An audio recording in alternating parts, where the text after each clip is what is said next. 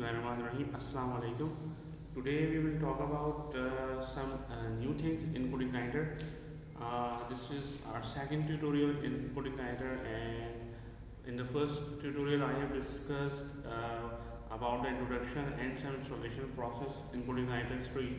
So today we will discuss about how the file structure looks like in CodeIgniter and these things work. So you can see here there are three main folders: application, system and user guide, and all the files are lying in this application folder. So we will click on this and all the files will appear here. So you can see there are a few folders here. So first we will talk about the config folder. There are a few files which are important for us to discuss about. The first thing is autoload, config and database and routes. So we will talk about a few things here. So first we will talk about the routes.php. I have clicked this, and so now we can see here a route default controller equals to welcome. This is our default controller. welcome जो है हमारा यहाँ पे default controller है, जो कि जब भी आप CodeIgniter इंस्टॉल करते हैं तो यहाँ पे वेलकम की फाइल ऑटोमेटिकली रन होती है। इसको हम चेक भी कर सकते हैं कि ये हमारा जो है बेस URL है और यहाँ पे हमारे पास वेलकम का कंट्रोलर चल रहा है। तो जिसको हम चाहें तो चेंज भी कर सकते हैं। अगर हम अपनी मर्जी से कोई और कंट्रोलर चलाना चाह रहे हैं तो जिसके अंदर हम आगे पढ़ेंगे किस तरह से ऐसा हम इम्प्लीमेंट कर सकते हैं। और मिसाल अभी हमने बनाया नहीं तो मैं आपको बनाकर भी दिखाऊंगा किस तरह से हम कोई और कंट्रोलर उसको कॉल करना चाह रहे हैं यहाँ पे तो किस तरह से कर सकते हैं। उसके अलावा यहाँ पे database.php की एक फाइल है हमें नज़र आ रही है। इसके अंदर हम जब डेटाबेस से हमारी कनेक्टिविटी होगी तो उसका सारा काम हम इस फाइल के अंदर करेंगे, यानी कि यूज़र नेम में हमारे पास आ जाएगा रूट और डेटाबेस के अंदर हमारे पास डेटाबेस का नाम। पासवर्ड की जो फील्ड है या जो वैल्यू है या क्रेडेंशियल्स हैं, नॉर्मली हम उसको ब्लैंक ही रखते हैं। तो we will leave this one as blank and it depends on you how you want to do this. So database में हम डेटाबेस का नाम लिखेंगे और जिसके बाद हम उन तमाम टेबल्स को यहाँ पे कॉल कर सकते हैं और हमारी कनेक्टिविटी यहाँ से बन चुकी होगी या बन जाएगी।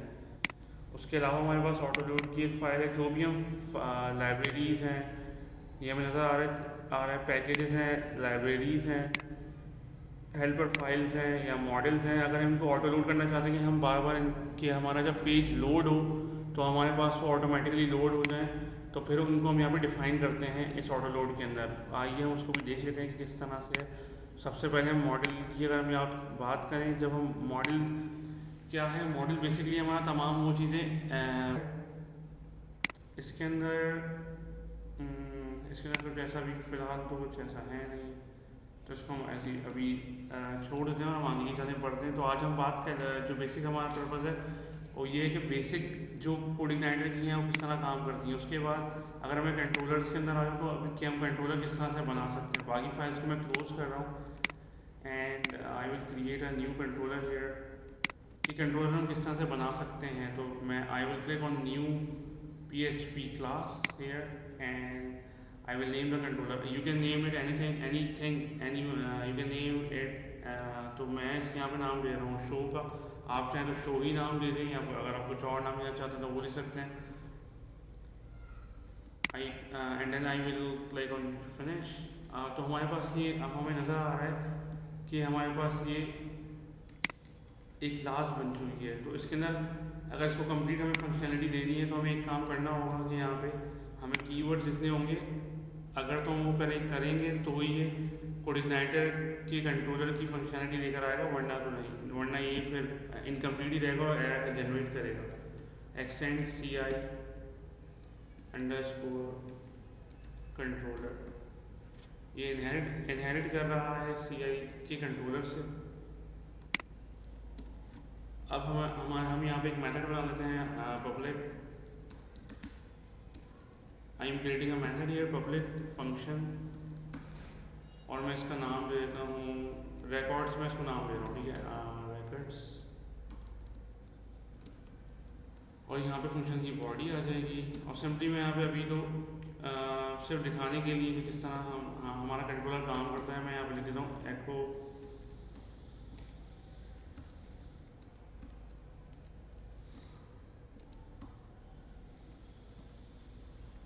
hello how are you।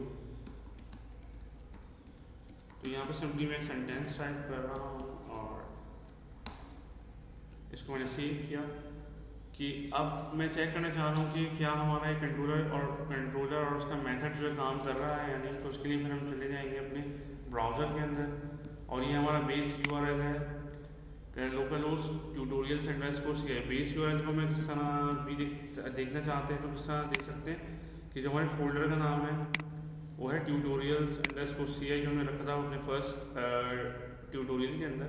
तो इस फोल्डर का नाम है ट्यूटोरियल्स अंडरस्कोर CI जिसके तमाम फाइल्स हम काम कर रहे हैं और लोकलहोस्ट / ट्यूटोरियल अंडरस्कोर CI हमारा है बेस URL। ठीक है, उसके बाद हम यहाँ टाइप करते हैं जो कि मैंने पहले भी बात की थी। जो if someone have missed the tutorial number 1 then you can see there in detail. index.php हम लिखेंगे यहाँ पर। उसके बाद मैं यहाँ पर एक वेलकम हमारा कंट्रोलर है तो ये हमारे पास हमें नज़र आ रहा है कि जो हमने ये हमारा यहाँ से तक बेस URL है। index.php की अभी फिलहाल मैं बात नहीं कर रहा क्योंकि इसको हमें रिमूव करना होगा because it is not a good practice कि आपका जो index.php का जो वर्ड्स हैं या जो ये आपके URL में आए तो हम इसको रिमूव करेंगे बाद में। और हमारा मेथड है इंडेक्स क्योंकि मैंने पहले ही बताया था कि इंडेक्स का जो मेथड है वो बाय डिफ़ॉल्ट कॉल हो रहा होता है। तो मैं इसको लिखूँ ना लिखूँ तो it will behave in the same manner as it is doing now. तो आप देख सकते हैं ये हमारा आ गया बेस URL और ये हमारा आ गया कंट्रोलर का नाम और ये आ गया हमारा इंडेक्स जो कि हम पहले जो कि बाय डिफ़ॉल्ट है जो कि कोऑर्डिनेटर को जब हम इंस्टॉल करेंगे तो ये ऑटोमेटिकली चल जाता है। तो फिलहाल तो मैं इसको अभी जो हमने नया बनाया तो हम उसको किस तरह से एक्सेस करेंगे वो हम देखते हैं। index.php / कंट्रोलर का नाम हमारे जो हमने अब रखा है वो हमारे कंट्रोलर का नाम है शो। तो और उसके मेथड का नाम है रिकॉर्ड्स। तो मैं लिखूँगा शो यानी कंट्रोलर का नाम और यहाँ पर मैं लिखूँगा रिकॉर्ड्स। तो ये देख रहे हैं हमारे पास यानी उस यानी जो हमारा बेस URL आया index.php इसको हम फिर क्या जो वर्ड है इसको हम डिलीट करेंगे बाद में रिमूव करना होता है अपने URL से जो कि हम अपने आने वाले ट्यूटोरियल्स में पढ़ेंगे। शो जो है ये इस बात को रिप्रेजेंट कर रहा है कि ये हमारा यहाँ पे कंट्रोलर है और सबसे आखिर में आता है मेथड। तो जब ये उस मेथड के अंदर हमने क्या लिखा था सिंपली सेंटेंस हमने यहाँ पे लिखा था और प्रिंट करवाया हेलो हाउ आर यू तो वो हमें यहाँ पर नज़र आ रहा है। तो ये कंट्रोलर को बनाने का एक बेसिक जो तरीका है कि कंट्रोलर को हम किस तरह से क्रिएट कर सकते हैं कोडिग्नाइटर के अंदर और फिर इससे किस तरह से एक्सेस करते हैं। इसी के अंदर हमें एक तो ये जो बहुत ज़्यादा बेसिक सी चीज़ हमने डिस्कस की है कि जो बिगिनर्स हैं वो इसको लिख सकें। उसके बाद अगर हम चाह रहे हैं कि क्योंकि मैंने पहले भी बात करी है कि कंट्रोलर ही तमाम जो हमारा कोड है उसको लेकर चल रहा होगा। मतलब कंट्रोलर ही व्यू को कॉल कर रहा होगा, कंट्रोलर ही मॉडल को कॉल कर रहा होगा। तमाम जो हमारा डेटाबेस का काम है वो हमारा मॉडल के अंदर हो रहा होगा और जो यानी जितनी भी डेटाबेस के अंदर क्वेरीज होंगी सेलेक्ट की, इंसर्ट की, update, delete they all will be in the model. And जो पेज हमें व्यू यानी नज़र आ रहा है यानी ये जो पेज का स्ट्रक्चर हमें नज़र आ रहा होगा। अभी तो फिलहाल यहाँ पे सिर्फ हमने एक मैसेज प्रिंट कराया यानी कि जिस तरह अगर कोई लिंक्स हैं या फॉर्म है तो तमाम का तमाम व्यू के थ्रू आता है। तो उसको भी हम करके देखते हैं कि किस तरह होता है। तो इस प्रोजेक्ट में अगर हम जाएँ सोर्स फाइल में गए, एप्लीकेशन में गए, कंट्रोलर के अंदर जाके हमने कंट्रोलर क्रिएट किया उसका हमने नाम रखा है शो। और अगर अब मैं यहाँ पे व्यू में अगर आऊँ तो व्यू में मैं यहाँ पे एक new PHP web page create कर रहा हूँ और जो कि हम जिसको जरिए हम व्यू करेंगे इसको मैं नाम दे देता हूँ वी शो। आप चाहें तो जो भी नाम लेना चाहिए इस पेज का नाम होगा। और यहाँ पर सिंपली मैं एक हेडिंग ले लेता हूँ H1 टैग के अंदर और